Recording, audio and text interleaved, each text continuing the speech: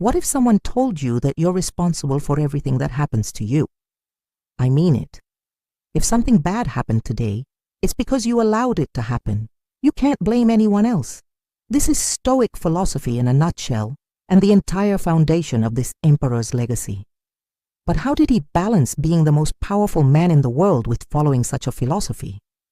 Marcus Aurelius was born into the right family at the right time. His great-grandfather was Marcus Terentius Varro, one of Rome's greatest ever generals, who defeated Spartacus and ended the Third Servile War, and his father was Marcus Aurelius Cotta Maximus, a senator and consul, basically meaning he was born into wealth and power. However, if not for an unexpected turn of events, Marcus might never have become emperor. When Marcus was only 13 years old, his mother passed away. A few months later, his father married a woman named Domitia Faustina the Younger, who would be the mother of Marcus's future wife. She had a son from her previous marriage named Titus. And after marrying Marcus's father, she began manipulating him to adopt Titus and make him heir to his wealth and status. She even bribed Antoninus, the emperor at the time, to make Titus his adopted son too. So Titus would be both Marcus's half-brother and the next in line for the throne. But unfortunately, Faustina's plan would backfire. See, Antoninus didn't like Titus at all. He viewed him as arrogant and undisciplined, and ultimately decided to pass over him, and instead adopt Marcus Aurelius instead. So when Antoninus died in 161, leaving the empire to Marcus Aurelius and his brother Lucius, Titus was furious. But despite the tension between them, Marcus was always the more philosophical and reasonable one. In fact, it was during this time that he met the Stoic philosopher Epictetus and learned about fatalism and the idea that we are responsible for our own actions. And while Titus went out and committed adultery, murdered people, hosted wild parties, spent lavishly, and treated everyone around him terribly, Marcus Aurelius became the de facto ruler of Rome. See, although he and his brother were technically co-rulers, Lucius was incompetent and had no interest in ruling. While Marcus had no interest in being a tyrant, he believed that he was elected by the gods themselves to serve the common good. So he ruled wisely, tempering his own desires with what was best for the people. For example, he reduced taxes on the poor, outlawed torture, improved infrastructure, reformed agriculture, reinstated term limits for influential positions, and appointed competent people to run things. And overall, he created a golden age of peace and prosperity in Rome, which gave him enough time to focus on writing his magnum opus, Meditations. However, along with all this internal prosperity came external threats. First, the Jewish revolt broke out and lasted for 5 years until Rome finally crushed it, and Hadrian would come to regret it because that's when Rome started losing its luck. Marcus Aurelius's health quickly deteriorated, and he faced defeat after defeat. At first, the Germanic tribes were harassing Rome's northern border, so Marcus assembled a military force to stop them. But soon after he left, Rome was hit by a plague that killed millions, and then the Antonine War broke out. The war was fought against the Parthian Empire, and it was going badly from the start. The Roman general Cassius had to retreat without fighting because his supply lines were cut off, and the general after him, Cornelius, got lost and died. And the third general, Avidius Cassius, actually succeeded in defeating the Parthians. But then something incredible happened. Cassius sent a letter to the Senate saying that he was actually the true emperor, and that Marcus should abdicate because he was clearly unfit to rule. Marcus Aurelius was devastated, but he put it down to his philosophy and accepted it with dignity. He said, "If it is not right to be emperor, I will step down. If it is right, let the mutiny continue." But fortunately, Avidius Cassius wasn't interested in being emperor himself. He just wanted to return to being a senator. So when he heard that Cassius was executed for his treachery, he flipped sides and switched to Team Marco. But the damage was already done, and Rome would never recover.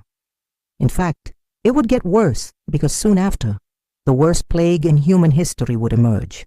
We don't know exactly where or how it started, but it spread throughout the Roman Empire, killing millions and weakening the entire empire, including Marcus Aurelius himself. So he spent his final days in Vienna, isolated and alone. There's an interesting theory that Marcus Aurelius might have been an undercover Stoic spy who was secretly working for the Middle Kingdom of Kush. See, there's this one incident in his life where he visits the oracle of Zeus in the city of Dodona. The oracle was a sacred tree in the sanctuary of Zeus that spoke through rustling leaves and was considered the oldest and most authentic oracle in Greece.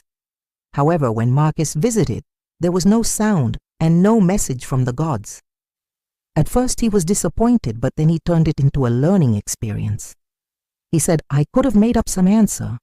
I could have pretended to hear the rustling of leaves and hidden my inability to rule by pretending I heard a command."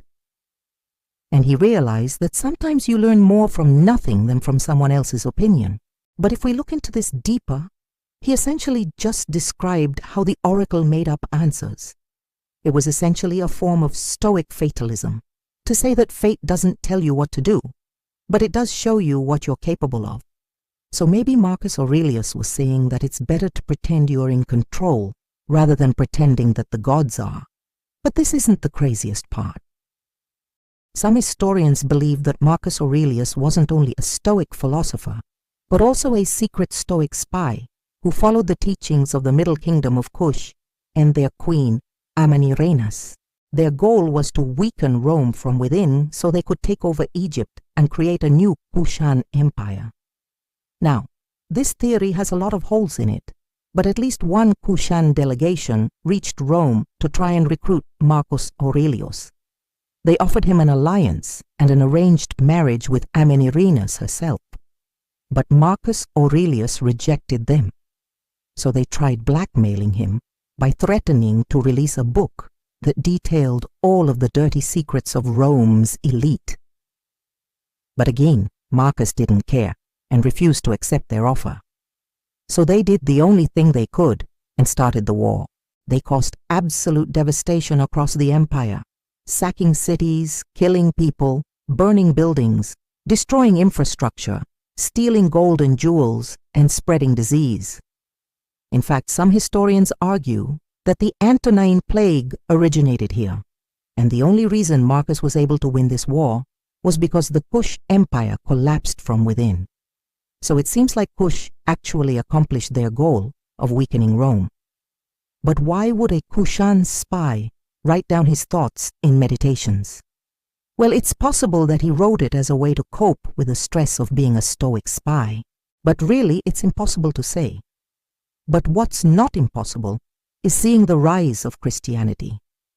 In fact, the Gospels were written during the reign of Marcus Aurelius, and while he wasn't personally involved in the persecution of Christians, his officials were. They viewed Christianity as a threat to Rome and persecuted Christians throughout his reign. Some sources claim that he even ordered the execution of St. Peter, but this isn't entirely accurate. See, the execution of Peter is confirmed in other historical records, but there's no evidence that Marcus Aurelius was directly involved. Instead, it was probably another case of local officials doing their own thing and getting away with it. Throughout his reign, Marcus Aurelius was known for being fair, rational, and just, even towards Christians. Once he witnessed an elderly woman appealing to him for mercy. She claimed that her grandson was falsely accused of being a Christian, and she pleaded for Marcus to investigate the matter before sentencing him. And while he didn't overturn the verdict, he did order that the young man be released after he received a noble ransom. He even saved the life of a condemned Christian woman named Marcia Fernilla.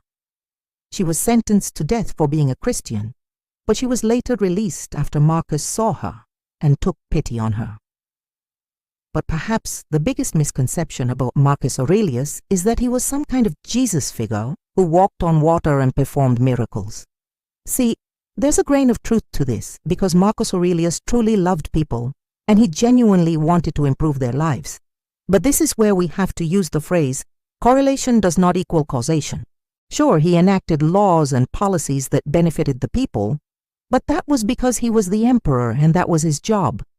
He wasn't some kind of magical philosopher king who dropped down from the heavens. Also, he didn't single-handedly save the Roman Empire. Yes, he inherited a prosperous and stable empire from Antoninus, and yes, he maintained peace and stability throughout much of his reign. But there were other emperors who did the same, like Augustus and Nero. But it's the philosophers who have the biggest impact on the world, not the emperors. And while Marcus Aurelius was arguably one of the most powerful men in the world, he still had to deal with the same problems as everyone else. He faced the same issues as any other person. His wife cheated on him and his children died. He dealt with economic crises, natural disasters, plagues, rebellions, and wars. But he pushed through and found a way to overcome every obstacle, and that's why we remember him today.